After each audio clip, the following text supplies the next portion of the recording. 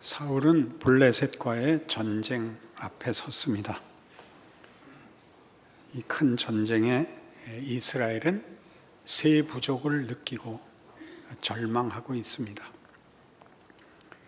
이스라엘은 전통적으로 모든 전쟁을 하나님의 지시를 따라 그 전쟁을 하는 그런 나라인데, 이번 이 전쟁에서는 하나님이 사울에게 답을 하지 않습니다. 선지자를 보내주시지도 않고 직접 기도해도 들어주시지 않습니다. 그는 할 수 없이 사무엘을 찾아갑니다. 사무엘은 이미 죽었습니다. 신접한 여인을 찾아가 사무엘을 끌어올리라, 그렇게 명합니다. 이스라엘에서는 금하는 행위이죠. 무당이나 신접한 행위는 금하는 일인데, 사울 왕 스스로 그 명령을 내렸으면서도 하도 다급하여 하나님의 뜻을 알고 싶어, 아니 더 구체적으로 도움을 받고 싶어 사무엘을 올리라고 합니다. 사무엘이 등장했습니다. 처음부터 부정적이고 적대적입니다. 왜 조용히 있는 사람 끌어올려서 시끄럽게 하느냐? 하나님이 너를 버린 사실을 모른단 말이냐? 우리 잘 아는 사무엘상 15장에서 아말렉 왕 아각을 살려두고 그 가축을 살려둔 일을 다시 재론하고, 하나님이 네 왕위를 버리고 다른 사람에게 주고 너와 이스라엘이 다 이번 전쟁에서 죽으리라, 이렇게 됐습니다. 그래서 사울이 그만 혼절을 하고 말이죠.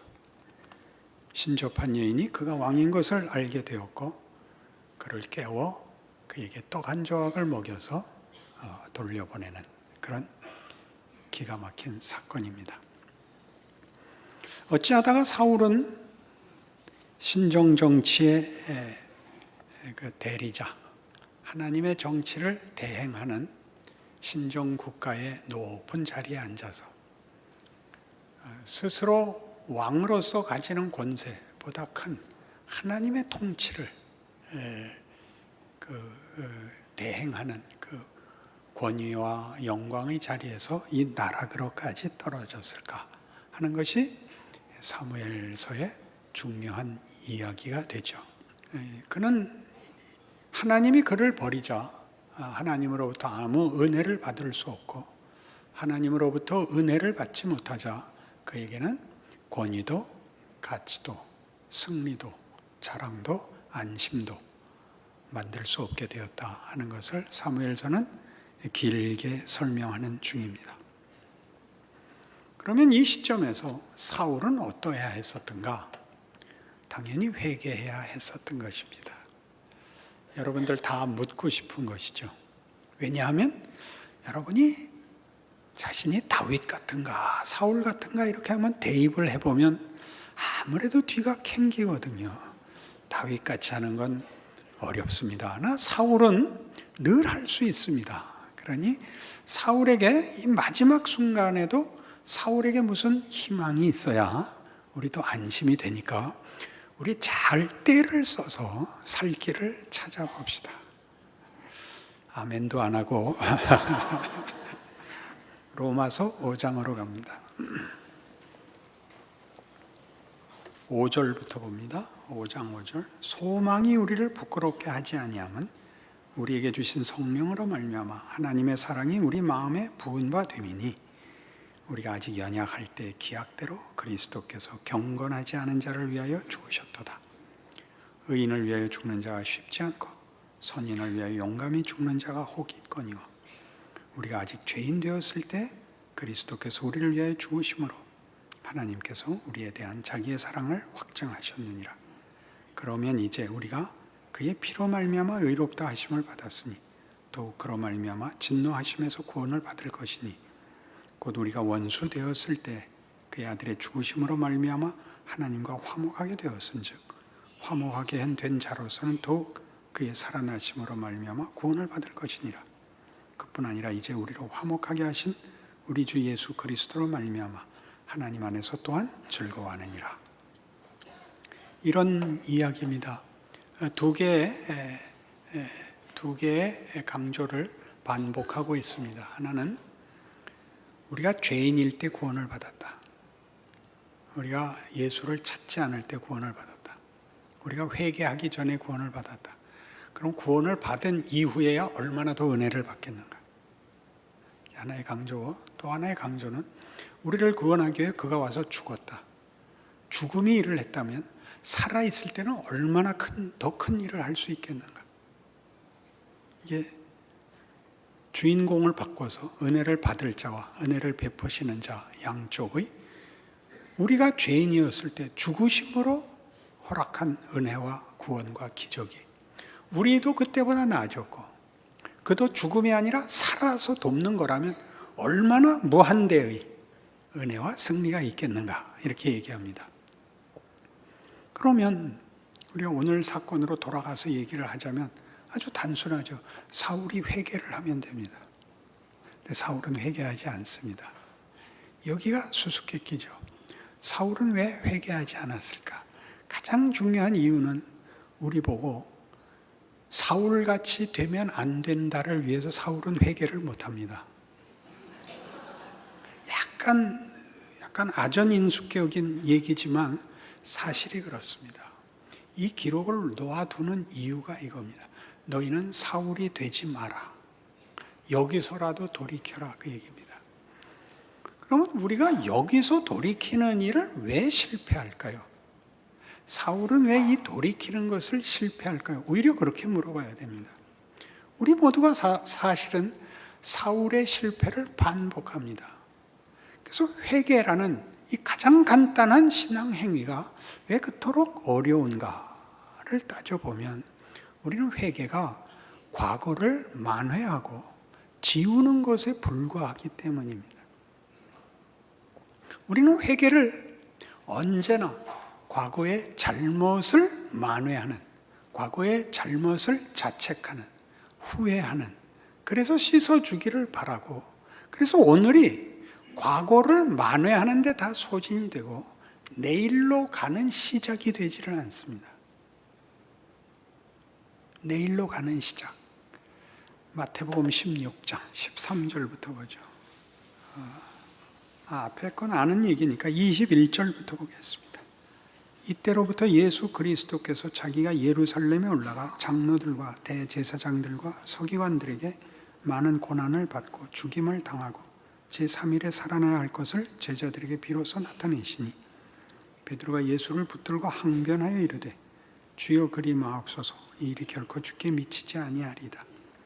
예수께서 돌이키시며 베드로에게 이르시되 사탄아 내 뒤로 물러가라. 너는 나를 넘어지게 하는 자로다. 네가 하나님의 일을 생각하지 아니하고 도리어 사람의 일을 생각하는도다 하시고 이에 예수께서 제자들에게 이르시되 누구든지 나를 따라오려거든 자기를 부인하고 자기 십자가를 지고 나를 따를 것이니라. 예수님께서 들어가신 길은 아까 우리 로마서 5장에서 본 것 같이 또는 로마서 4장 25절에서 본 것 같이 예수는 우리 범죄함을 위하여 내어줌이 되고 우리를 의롭다 하시게 하여 살아나셨느니라. 에서와 같이 예수께서는 우리를 위하여 이 십자가를 지고 가십니다. 무엇을 베드로가 항변했느냐 하면 메시아가 되시려면 인류를 구원하려면 승자가 되어야 합니다. 권력을 가지셔야 됩니다. 적군을 때려 엎어야 됩니다. 사탄아 물러가라 했죠. 그래서 예수께서 우리 죄를 지고 죽음의 길, 죄가 만드는 결국, 죄의 운명을 열어젖혔죠. 예수님이 죄를 지고 들어가 죄를 사망으로 엎으시고 거기서 부활하사 부활의 문을, 죽음의 길이 부활의 문이 되는 그 길을 만드셨죠. 그리고 우리에게 요구하십니다. 내가 이 길을 열었으니 너희는 너희 십자가를 지고 나를 쫓아라. 예수께서 우리 십자가를 지신 것과 달리 우리 보고 우리 십자가를 지고 쫓아오랍니다. 죽어야 되는 그 십자가를 지고 쫓아오랍니다. 뭐죠? 절망, 후회, 실패, 자책. 그게 십자가를 따르는 겁니다. 과거를 다 씻어 만회해야 주를 따를 수 있는 자격을 얻는 것이 아니라 해결할 수 없는 것을 그걸 끌어안고 들어오십시오. 옛날 얘기 잘못했습니다. 그래야 이 문이 열리는 게 아니라 해결하지 못한 것, 부끄러운 것 그냥 메고 들어오랍니다. 그게 십자가입니다. 그게 제자도입니다. 우리는 어디로 갔다고요? 과거로 갔죠. 회개가 너무 길지요. 그래서 제일 속 시원하고 제일 마음이 놓이고 씻어내는 거. 그래서 뭐가 문제가 된다고요? 오늘이 후회와 결벽에 묶여서 내일로 나가는 시작을 못하죠. 내일로 나가는 시작을 못해요. 뭘 해야 되죠? 나를 따르라. 주여, 어떻게 따릅니까? 나는 죄인입니다. 괜찮다. 거기서부터 하자. 나를 따르라. 뭘 할까요? 서로 사랑해라. 세 계명을 너희에게 주느니 서로 사랑해라. 얼마나 거리감이 있는 요구예요. 나라를 구해라. 아프리카에 가라. 그게 훨씬 실감이 나는데 서로 사랑해라. 아니 주님, 이게 무슨 이렇게 현장감 없는 말씀을. 여러분이 당장 할 수 있는 거예요. 예수를 믿으면 당장 할 수 있는 것. 죄를 안 짓는 것 말고 언제나 지금 당장 오늘부터 각오할 수 있는 것. 사랑하셔야 돼요. 사랑의 첫 번째 길이 뭐였죠? 오랜 고통이었잖아요. 오랜 고통. 사랑은 오래 참고. 일단 눈에서 힘을 뺀다. 언제나 할 수 있는 것. 오늘 해야 되는 것. 내일로 가는 시작. 오늘. 여기서 뭐 하지 말고 만회하지 말고 이런 죄를 졌습니다. 이런 죄를 졌습니다. 다시는 안 짓겠습니다. 더 충성되어서 이거 울고 그래서 오늘이 가버린다니까요. 하루도 신앙을 시작을 못 하잖아요. 시작을 못 하잖아요. 이거 딱 붙잡힌 거예요. 사탄이 와서 그러죠. 너 무슨 자격으로 기도를 하냐? 너 이런 잘못을 해놓고 너 말이 되냐? 예수님께서 뭐라 그랬다고요? 내가 죽어야 된다. 그리고 나를 따르라네요.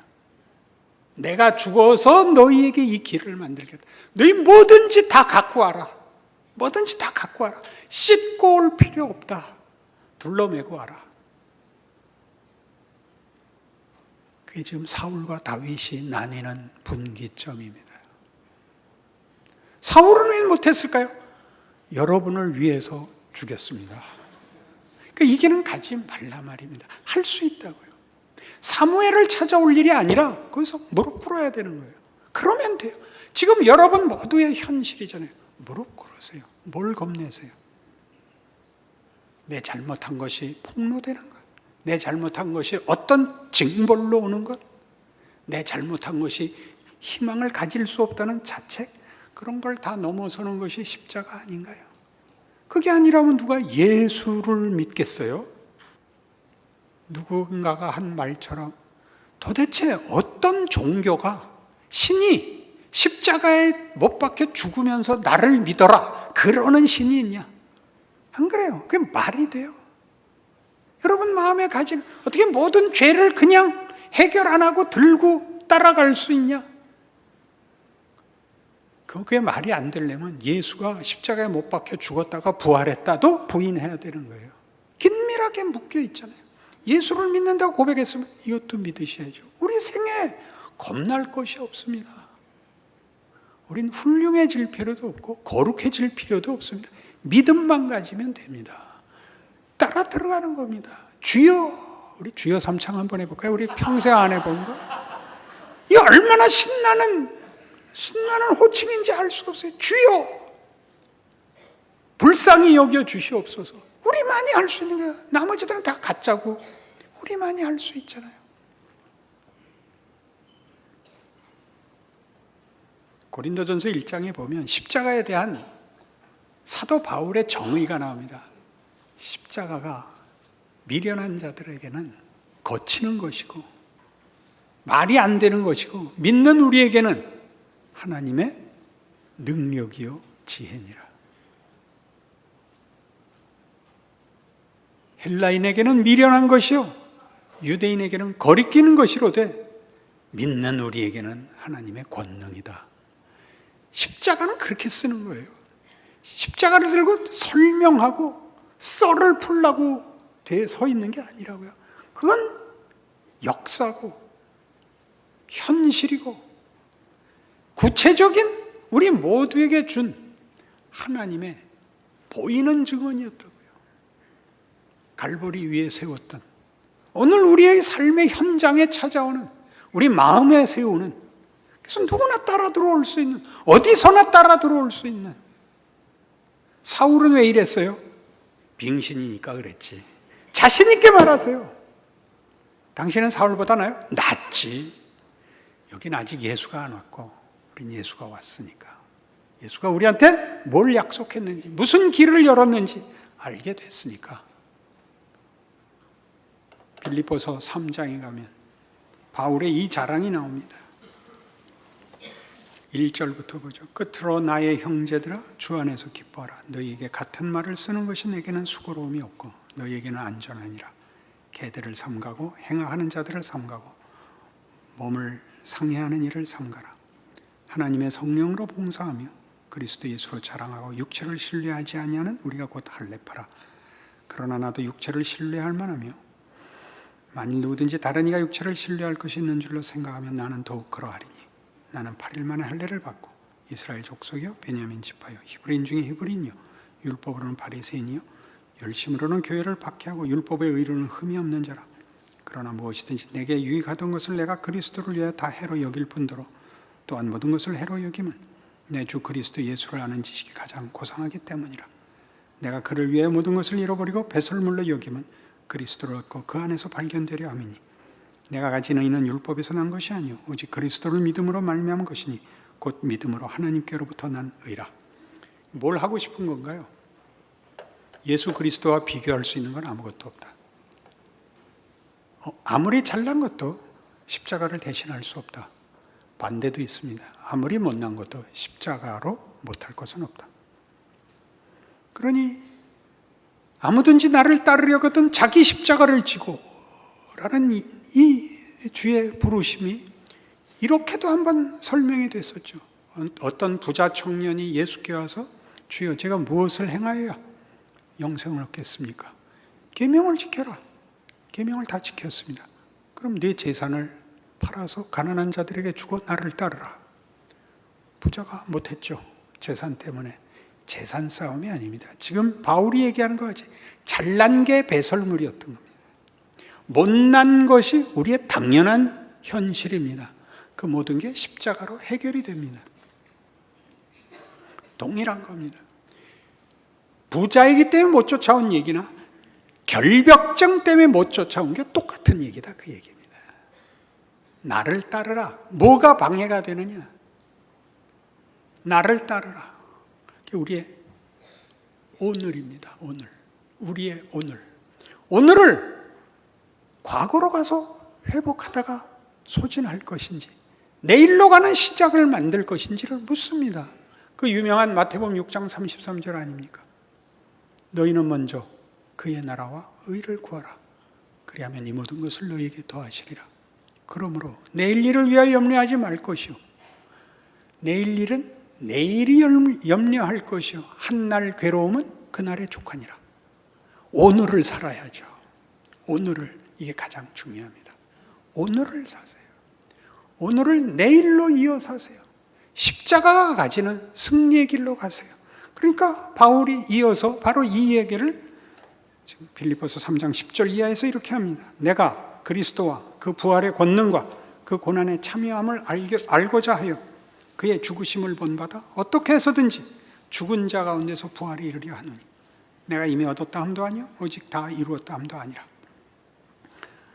오직 내가 그리스도 예수께 잡힌받은 그것을 잡으려고 달려가노라. 형제들아 나는 아직 내가 잡은 줄로 여기지 아니하고 오직 한 일, 즉 뒤에 있는 것은 잊어버리고 앞에 있는 것을 잡으려고 표대를 향하여 그리스도 예수 안에서 하나님이 위에서 부르신 부름의 상을 위하여 달려가노라.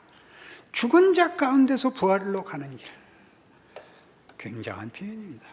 시작이 자격을 얻지 않습니다. 죽은 자 가운데 죽어 마땅한 자리에서 욥기 할 때 배웠죠. 티끌과 재 가운데서 회개합니다. 어떻게 읽을 수 있다 그랬죠? 티끌과 재로서 회개합니다. 티끌과 재의 존재로서 회개합니다. 죽은 자로서 주를 따릅니다. 죽어 마땅한 현실에서 주를 따르겠습니다. 그것이 열려 있습니다. 사울을 불쌍히 여기지 마시고 그 길 따라가지 마시고 여러분의 고백과 여러분에게 주어진 약속들이 여러분들의 오늘이 되는, 미래가 되는 하나님의 자녀들의 승리를 구가하시기 바랍니다. 기도하십시다. 하나님 아버지의 은혜를 감사합니다.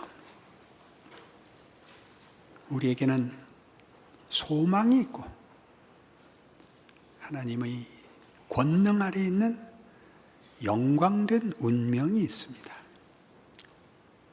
우리의 못난 것들을 극복하고 하나님의 은총으로 넘치게 하시는 삶을 살도록 계획된 인생인 줄 아는 믿음과 순종과 용기를 가지고 하나님의 자녀, 빛의 사람, 하나님의 은혜와 기적이 되는 인생을 살아내는 우리 교우들 되게 하여 주옵소서.